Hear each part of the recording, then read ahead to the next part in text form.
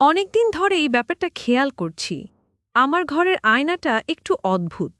মাঝে মাঝে আয়নার দিকে তাকালে মনে হয় ওপাশের আমিটা ঠিক আমি নই। আজ রাতে দাঁত ব্রাশ করতে গিয়ে ব্যাপারটা পরিষ্কার হলো। আমি ব্রাশ থামালাম, কিন্তু আয়নার ভেতরের আমিটা থামালো না।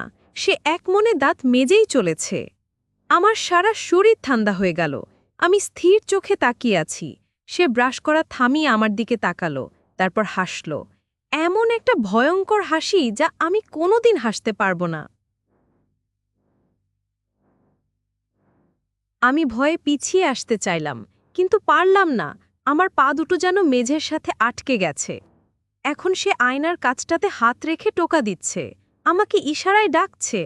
কাচের ওপাশ থেকে একটা শীতল ভেজা বাতাস আমার মুখে এসে লাগছে।